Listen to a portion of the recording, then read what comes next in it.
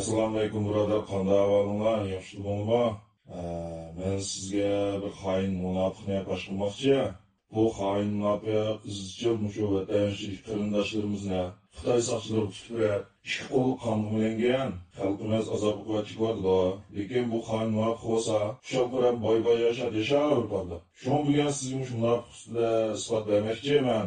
Deydigan bo'lsa, shu jur'at noman tigi boshqa yo'qolgan shular odamlar. Burun shu yo'qoga qoqliq degan yerda Gongshan jujonga adam bor.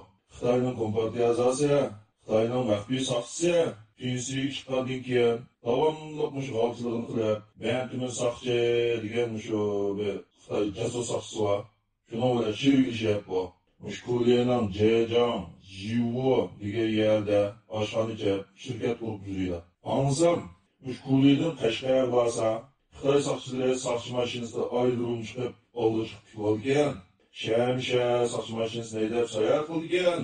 Kuliga borsa, shu yerlik soqchilar so'q salamni ilib yo'qlab turdi. Yaqinda Qashqarga ketdi bu xoin munofiq. Xitoy soqchilari Saman mehmonxonasida jaqsham so'rin qilib o'yin tutmish.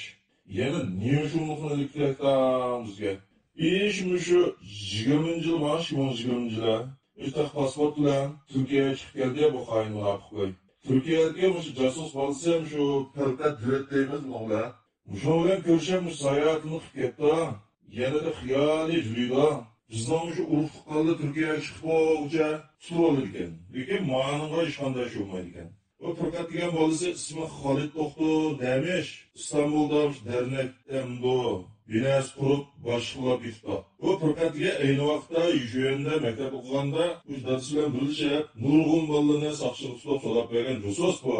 Ondan bilamiz uni. Men biladigan shu Qashqarlik bolalardan olim izlaymiz. Ekber Xolid, Abdulim, shu To'g'zoqliq, shu Umarjon degan shu bolalar bor. Bu faqat Durulla Xitoy soqchisining xabarchisi. Turkiyaga chiqsimi, yana shu xabarchilikni qildiqcan.